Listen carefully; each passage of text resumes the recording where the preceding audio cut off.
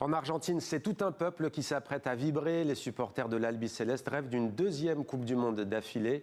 Notre équipe à Buenos Aires a suivi France-Espagne auprès des supporters argentins. Reportage de Flora Genoux et Victor Fernandez.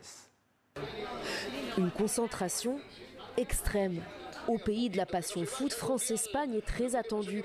Comme dans ce café de Buenos Aires où les supporters argentins n'ont qu'une peur nommée France.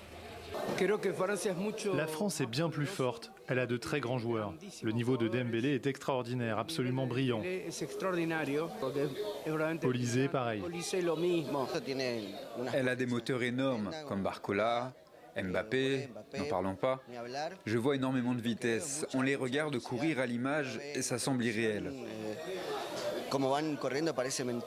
Une admiration réelle pour les Bleus et une préférence nette pour l'Espagne comme rivale en finale, une équipe jugée plus facile. Alors qu'en verdict, la France s'incline 2-0, c'est le soulagement.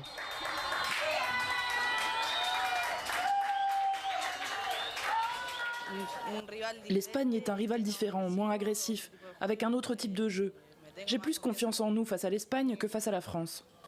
Ici, ils veulent tous revivre ça.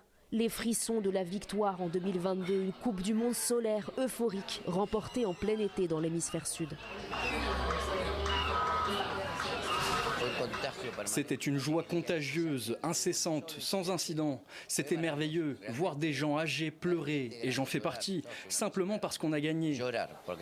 C'était incroyable.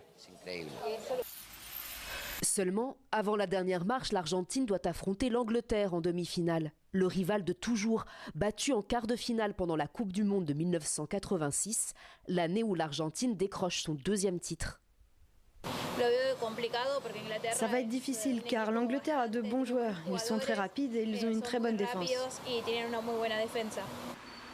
Mais les Argentins continuent de rêver et croient fort en leur bonne étoile, le capitaine Lionel Messi.